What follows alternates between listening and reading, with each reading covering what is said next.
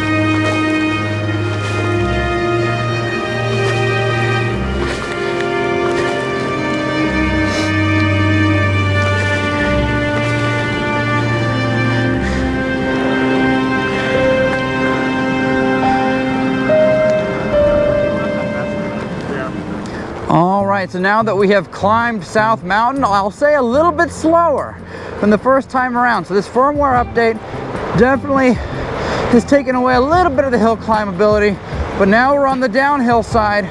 So we'll see if we still get that strange braking behavior on some of these straightaways. Now, if you've watched some of my previous hill climb videos, you'll know that overall this scooter does a really good job at scaling hills.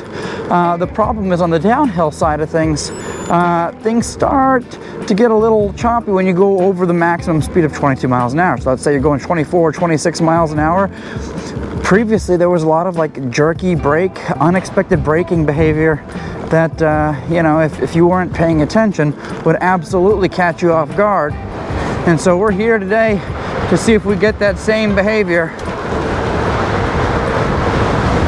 Now, one thing I'll say that I've already noticed is that this scooter is a little more hesitant, I would say, to go above the maximum speed. So some of these straightaways, previously I was able to hit, you know, 24 plus, no problem at all.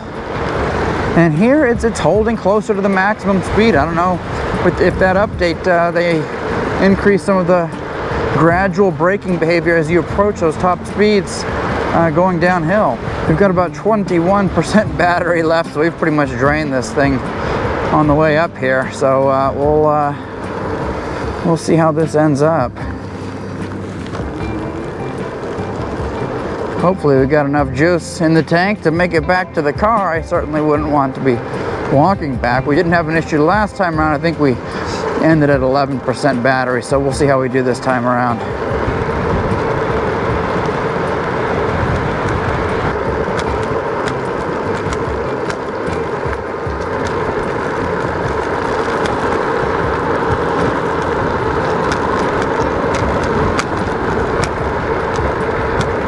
so far no funky behavior. We just hit 24 miles an hour.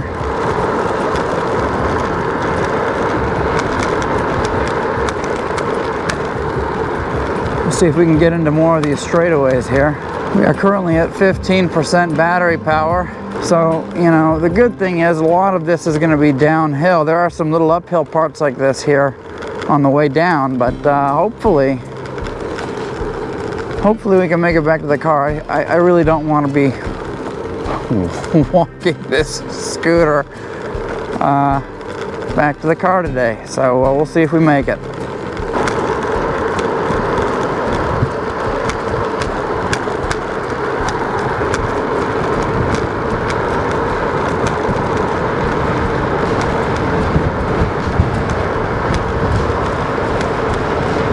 It does appear that this firmware update has definitely helped temper some of the downhill speeds that you can reach. You know, a lot of these sections in my previous videos I was able to hit 24 to 26 miles an hour with no issue at all whatsoever, and I'm definitely struggling to hit those speeds on this downhill.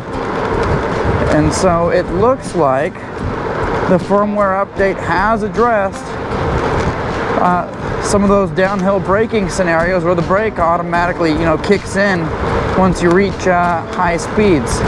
And so it appears the firmware update has worked, although that just means that when you go into these downhill scenarios, you're not going to be able to hit as high a top speeds as you were previous to the 1.5.1 firmware update. Alright, we're at 16% battery, so it looks like we got a little extra juice with the regen brake here that kicks in every time I hit this brake lever, or when the scooter slows down itself with apparently this firmware update. Alright, here we come into another downhill section. Let's see what we can hit speed wise.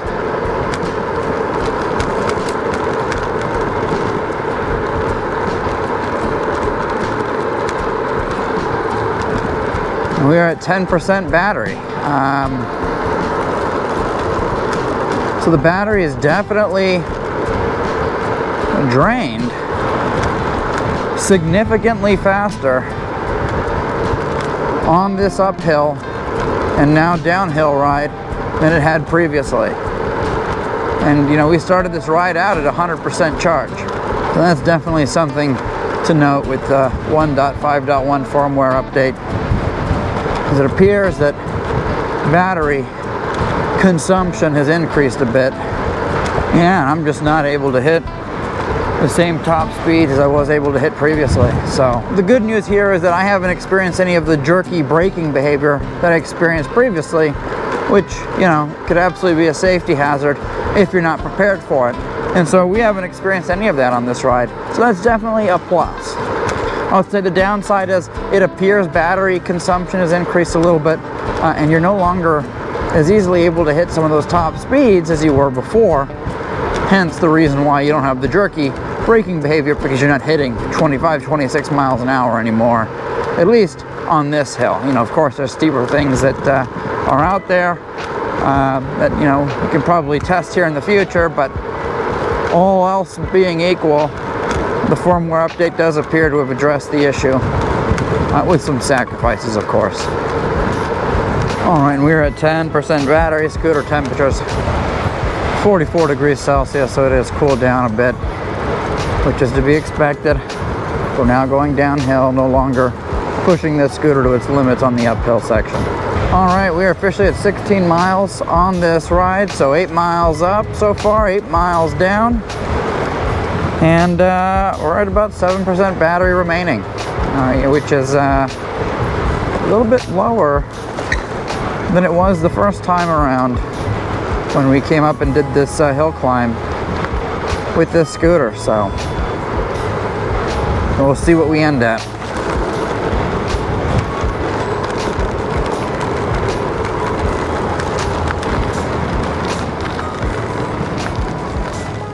All right, everybody, so there you have it. That was the downhill test of the Segway Ninebot Max G2 after the 1.5.1 firmware update that Segway pushed out a while back.